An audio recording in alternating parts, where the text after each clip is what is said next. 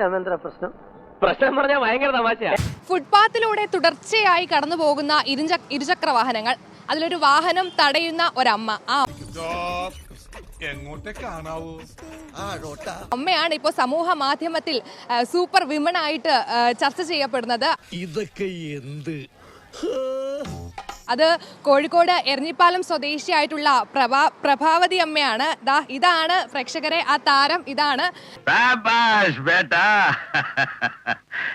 ധീരന്മാരെ അഭിനന്ദിക്കാൻ ഈ ദാമോദരജിക്ക് എന്ന് സന്തോഷമുള്ളൂ. ഇത് എന്നും ഉണ്ടായിക്കൊണ്ടിരിക്കുന്ന സംഭവമാണ്.